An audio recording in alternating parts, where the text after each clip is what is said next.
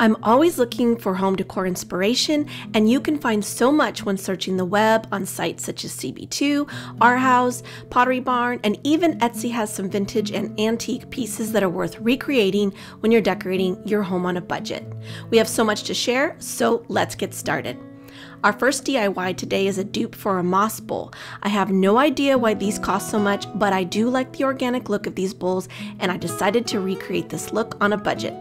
We found this bowl while thrifting and it cost us $5. We first gave it a light scuff sanding on the glazed portion to help the paint adhere. Now, I debated with myself on painting this bowl because I really did like the apple green, but I knew if I left it green, I would not get much use out of it as I don't have much green decor in my home. So after checking to be sure it wasn't vintage, we set off to give it a new look. Let me know if any of you would have left it green. I would love to hear your thoughts. It really was a hard decision. I wanted to give this bowl some height, so we decided to attach a pillar candle holder I had on hand to the bottom. I bought the holder originally from Hobby Lobby for about $2. I used E6000 glue as well as some hot glue to adhere it to the bowl. We then gave the entire bowl one coat of black spray paint. This chalk paint from Behr is our favorite.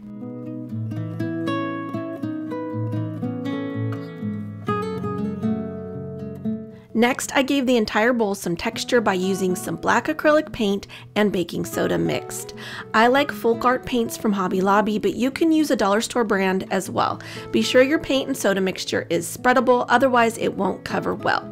I knew I wanted to make the bowl look good on its own, even without the moss, so I set out to give it a little makeover to resemble the Pottery Barn bowl that cost $79. To add some aging, I used the color mushroom mixed with a tiny bit of the color rusted pipe and water to help add the dimension I wanted. I used sea sponges or even paper towels to achieve this look by stippling it on. The idea is that it should be random, and don't worry if you apply too much, you can always add more black paint. Next, to add even more weathering, I added the color linen with water to the inside using the same technique. You'll only need to apply a small amount of the lighter color, so use it sparingly. And once I had both colors applied, I used the damp sponge to blend them all in a circular motion to add some interest and movement. I repeated the circular motion on the bottom using the same colors I used on the inside. I will leave the names, colors, and items used for each project in the description box below. Once I had the color the way I liked it, Corey gave the entire bowl 2 coats of acrylic sealant to help protect the finish. Now, since I didn't want the moss to be permanent inside the bowl, I decided to glue the moss to a piece of cardboard so that it could be easily removed. To create the moss look, I used a bag of moss I purchased from Hobby Lobby. You can find this at most craft stores. I did purchase a large bag because I tend to use moss a lot in my projects, but you can certainly buy the amount you need. This large bag cost me $12.99 and will last me through many projects. Also, you can purchase whatever color moss suits your style. I prefer the darker green moss as it looks more realistic to me. I also knew that I needed to create mounds for the moss to rest on, so I picked up these styrofoam balls from Hobby Lobby, which I will cut into sections. Now, I'm not going to lie, these styrofoam balls were tough. I struggled to cut through them. May have been that my knife was dull, but good grief, I had to work at them. Now, the key is to vary the heights of the moss mounds, so just cut each piece into random sizes. I ended up using most of the large ball and only one of the small styrofoam balls to create this look. How much you'll need will depend on how big or deep your bowl is as well. With the leftover center pieces of the styrofoam, I cut them into smaller chunks to add dimension and height for the moss to cover. All I needed to do was glue them down to the cardboard before attempting to cover them with the moss. And I took a moment to figure out how I wanted everything placed before gluing them to the board and each other. I used my hot glue gun to adhere them. Now be aware, this styrofoam was pretty tough, so I knew the hot glue wouldn't melt them much. So just be aware that if you have softer styrofoam, you may want to use a low temp glue to secure everything in place. Now, don't be afraid to stack the pieces. It will give your final look more depth and dimension.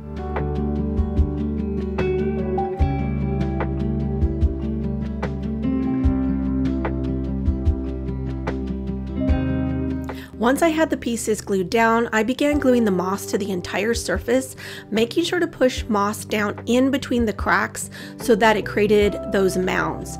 I'm notoriously burning my fingertips, so I did put on a glove to help push down on the moss after applying the hot glue.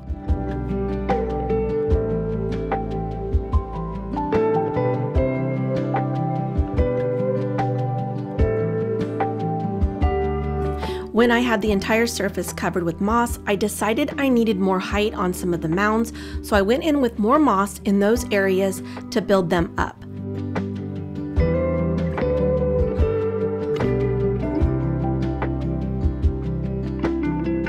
The finished moss can be easily placed in or out of the bowl as needed for your decor, and you can store the piece in a bag to help maintain the moss when not in use. I love how this turned out, and I ended up with 2 decor items in one.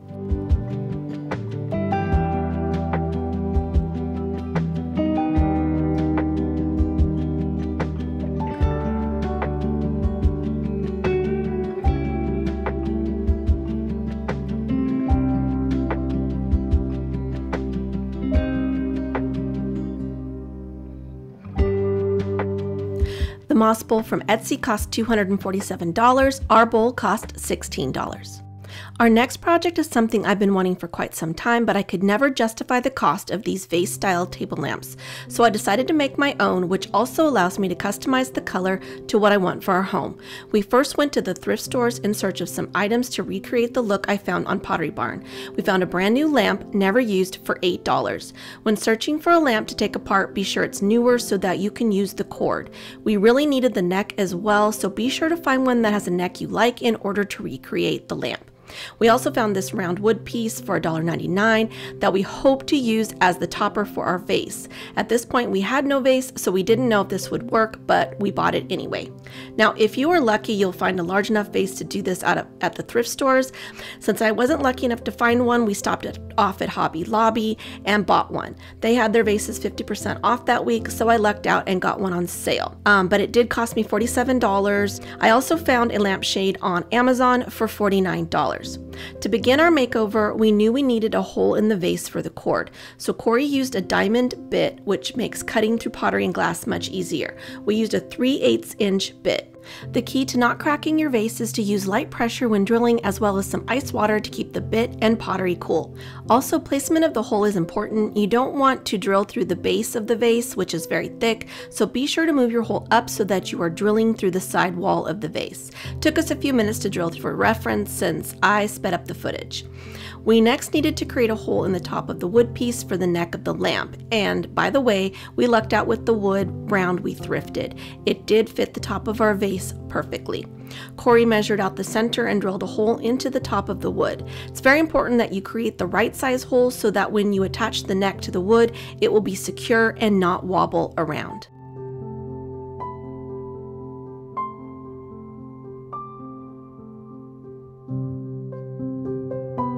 Now it was time to take the thrifted lamp apart.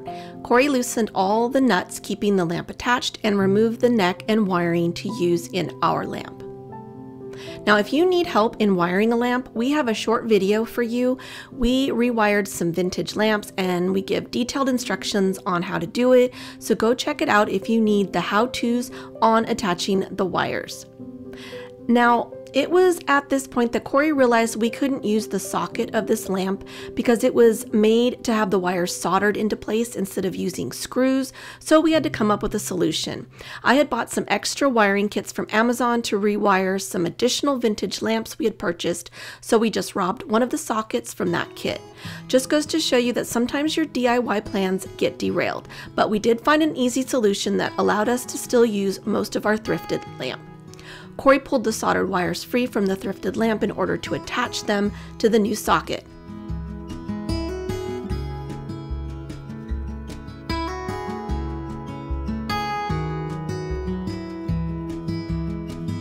The next step in creating our new lamp was to add the wiring to our vase and then attach all the parts.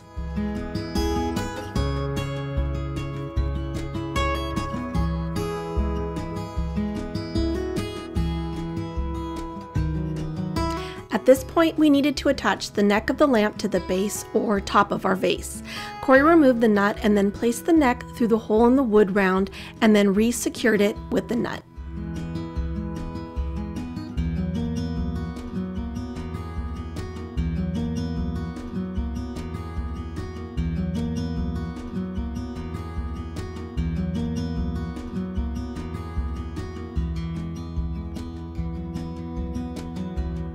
Corey then fed the wiring through the hole of the neck and wired the socket. Now I didn't film Corey wiring this lamp, so please check out our 8-minute video on rewiring vintage lamps for help.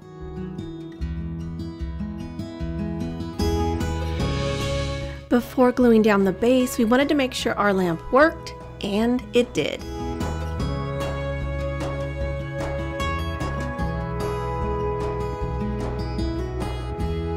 We used E6000 glue to adhere the top of the base to the neck of our vase. We left it overnight to cure before moving on with our project.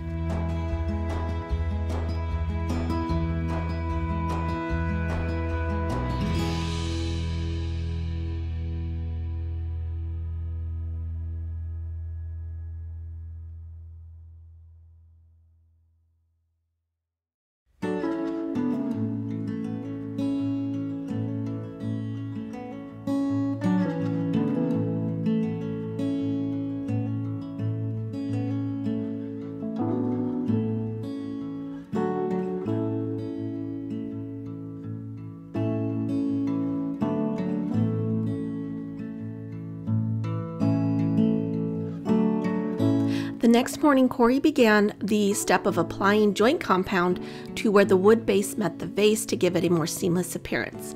He did tint the compound with some brown acrylic paint because he knew I would be painting the vase.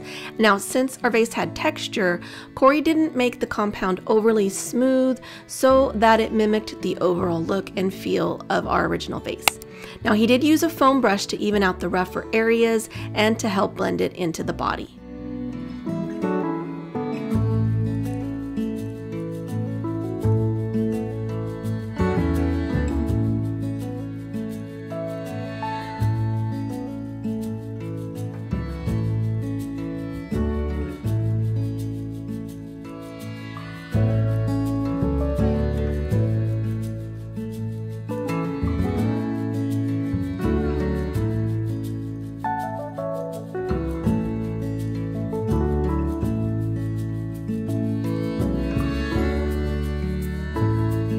We allowed the compound to dry fully, which took about 6 hours.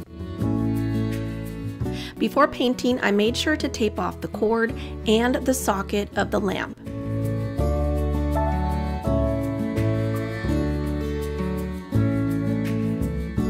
Now, since I loved the dark appearance of the Pottery Barn lamp, I decided to use a combination of black, brown, and butter pecan acrylic paints to achieve a kind of ombre effect.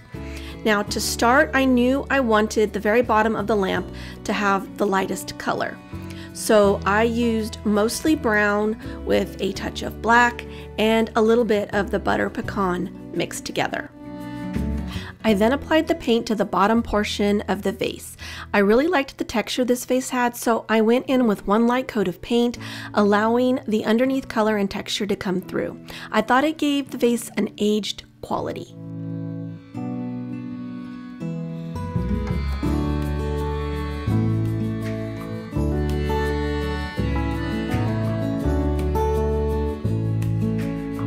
For the next band of color, I mixed the same 3 colors, black, brown, and pecan, only I used more black this time to darken the color. Again, I'm trying to achieve an ombre effect.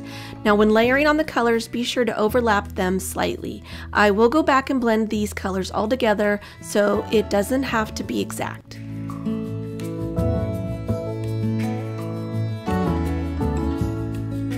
And this is how it looked after applying the first 2 colors.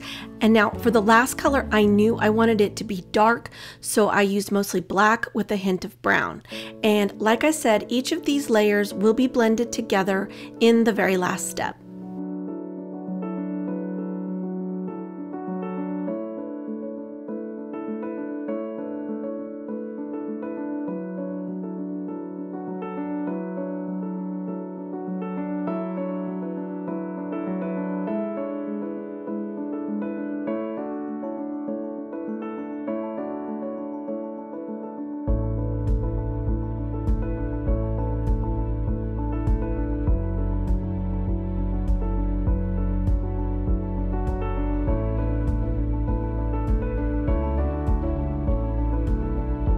Once I had all three colors on and dry, I needed to go back and blend. The best way to blend colors together is to mix a shade in between the darkest and the middle color and then add water. To apply the paint, I'm using a paper towel to blot the watery mixture on and then blending it down from the darkest shade into the lighter shades. Now be sure to blot off excess before applying to your vase. Just keep blotting until you have the blended look you like.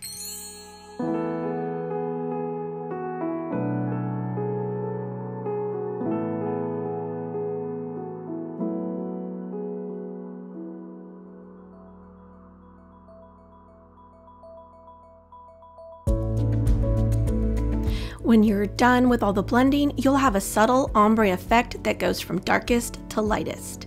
And like I said before, I really loved the texture this vase already had, so I let it show through and only gave one coat of paint to the entire vase. It gave the lamp a weathered, aged appearance that I love. Now I'm sad to report that my lampshade did not make it for this video. It is taking longer to arrive from Amazon. I did do an overlay picture of the lampshade on our lamp with some decor items to give you an idea of what it will look like, but be sure to subscribe to our channel as I plan to showcase this lamp in a living room summer refresh. The Pottery Barn lamp cost $349 and our cost was $107. Our next project was to recreate something similar to this Arhaus vase priced at $99. If you'll remember from an earlier video, I picked this vase up from Hobby Lobby for $14.99 on clearance. Now there is nothing wrong with the blue glazing, but it's just not my style, so I knew when I bought it that I would most likely do a DIY to transform it.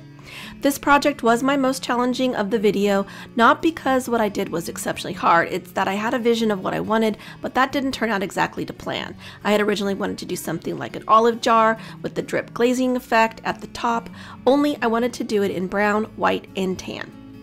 I began by painting over the blue glaze with a mixture of white and the color linen acrylic paint. Now here is where I first go wrong. I knew better than to try to paint over glazing without a bottom layer of spray paint with primer. It just doesn't stick and takes a ton of coats to cover.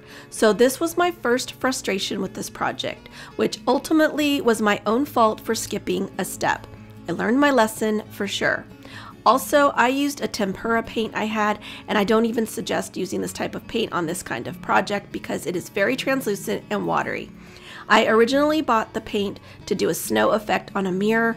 It's the perfect paint for window and mirror art since it cleans off with soap and water. As you can see, the coverage isn't good, and if I went over an area more than once, it would pull the paint back off.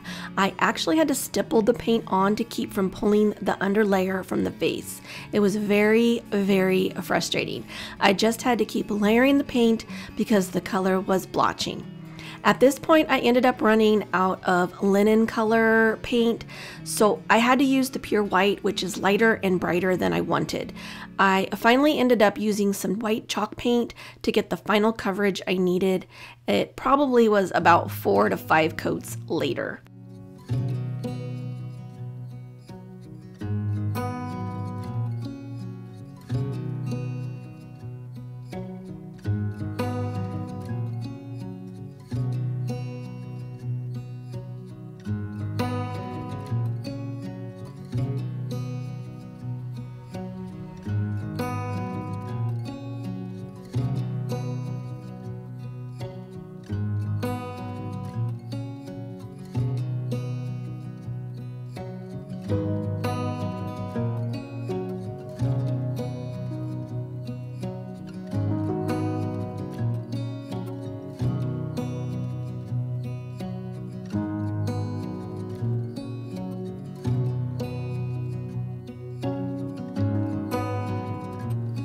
And this is how the vase looked once I had all the coats of paint dry, and I could have stopped here because it does look nice with the white contrast, but of course I was determined to try something new.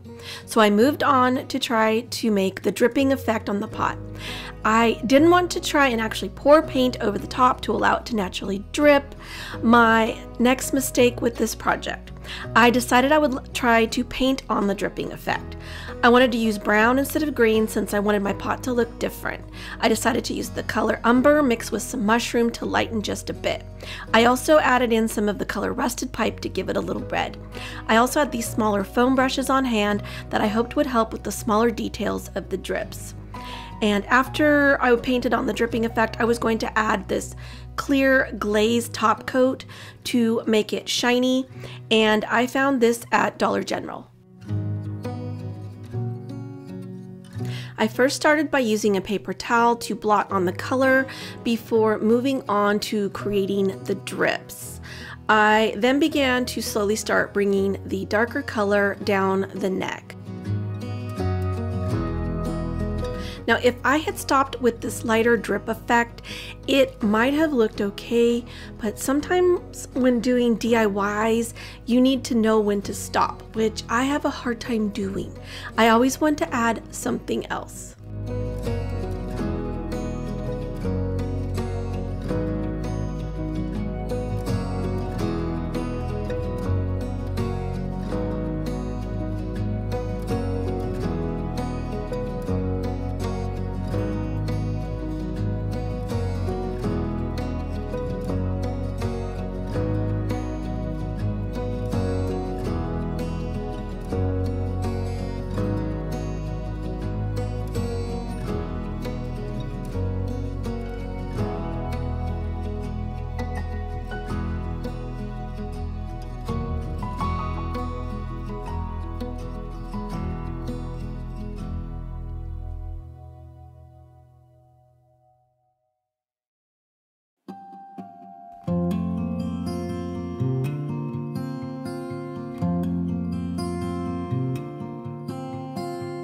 To darken up the color, I began adding paint with a foam brush. Again, I should have left it more opaque, but I definitely learned from this.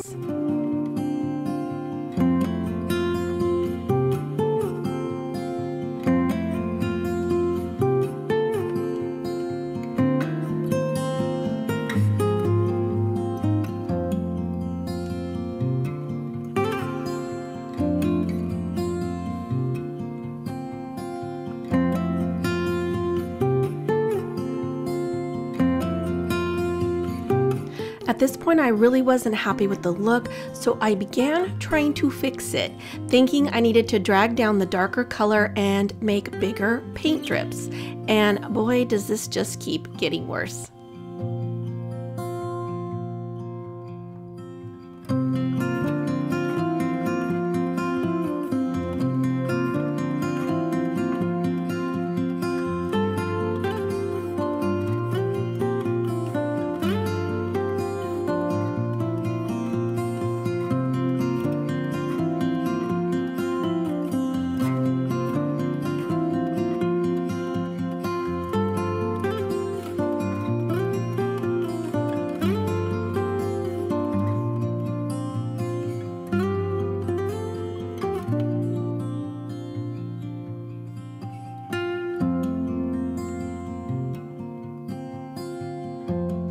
At this point, I was going to add the glaze, but I just didn't like how it looked, and I knew I would never use the vase if I left it like this.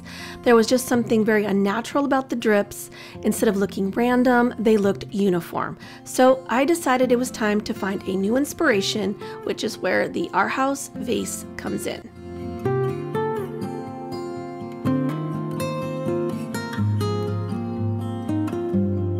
Based on my new inspiration, I set out to paint the whole vase brown and then add some distressing, but I got deterred partway into recreating the Arhaus vase. I realized I really liked the white banding at the bottom. It gave the vase a look like it had calcified in the earth for a long time, so I decided to create my own look on this one. Ultimately, I end up liking the look, but boy, did this project give me a run.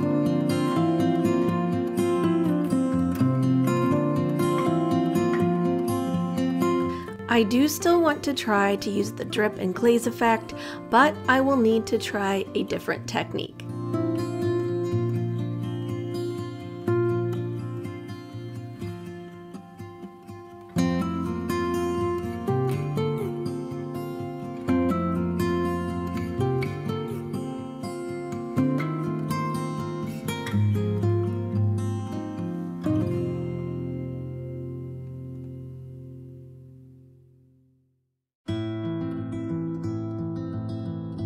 My last step to finalize the look of this vase was to blend the bottom with some watered down white paint. Using water just gives it a more opaque look, which helps to blend everything together. I also made sure to bring some of the aged calcium look up onto the top rim of the vase, as well as the handles and the body. My final step was to add a bit of the color Rusted Pipe, watered down to give more dimension to the top color.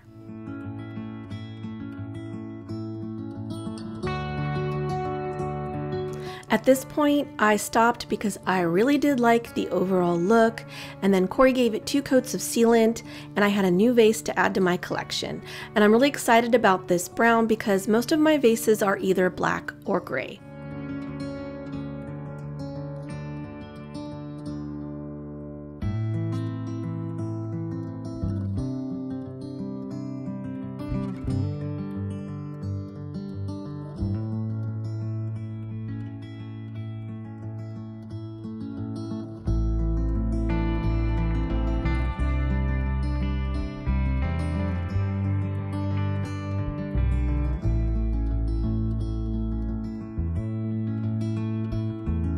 The cost of the Arhaus vase is $99 and ours cost $15 and some frustration.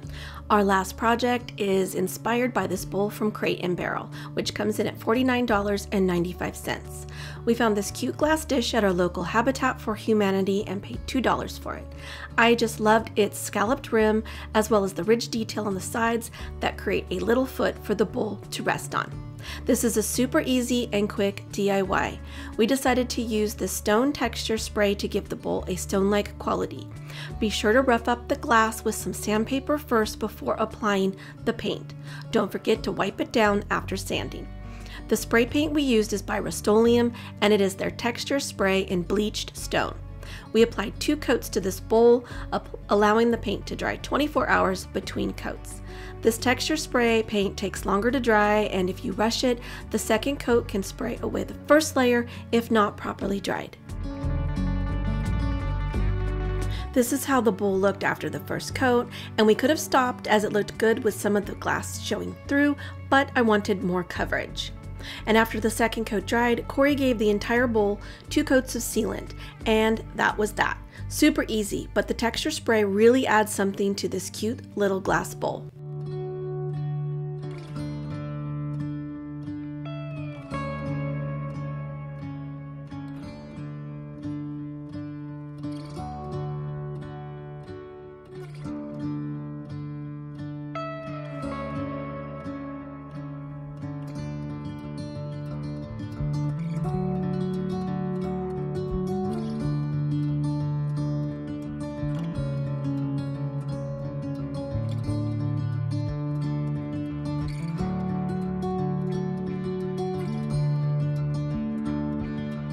The Crate&Barrel bowl cost $49.95 and our bowl cost $2.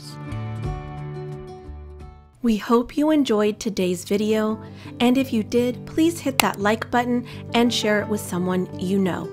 If you're new to our channel, we would love to have you as a part of our YouTube family, so go ahead and hit that subscribe button, and don't forget that little bell. It will let you know when we post a new video.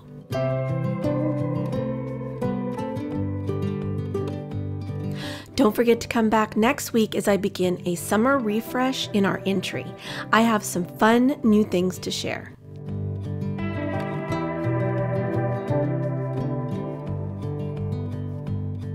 We want to thank you all so much for being here. We appreciate that you've taken time out of your day to spend it with us.